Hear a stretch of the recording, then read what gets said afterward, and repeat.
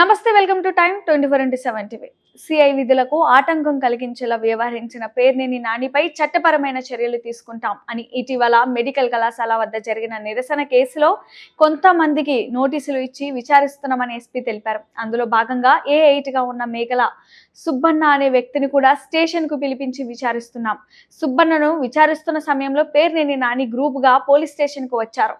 SHO chamber లోకి వచ్చి విచారణ అధికారి అయిన సిఐని బెదిరించేలా పేర్నేని నాని మాట్లాడారు. దీన్ని జిల్లా పోలీస్ శాఖ తరపున తీవ్రంగా ఖండిస్తున్నామని, సిఐ విధులకు ఆటంకం కల్పించడమే కాకుండా దురుసుగా ప్రవర్తించడం సరైన పద్ధతి కాదు.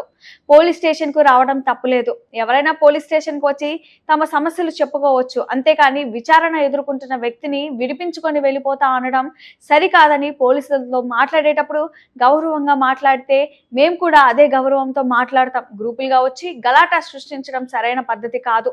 దీనిపై తప్పకుండా చట్టపరమైన చర్యలు తీసుకుంటామని చెప్పేసి తెలిపారు.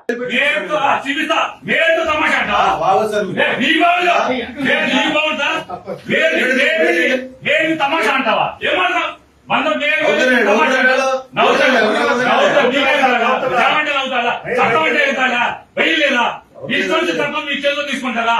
రోజు స్టేషన్ వస్తారా?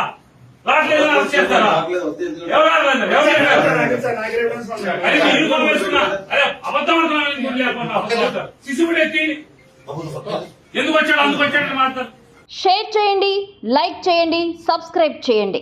మరిన్ని వీడియోల కోసం బెల్ సింబల్ పై క్లిక్ చేయండి.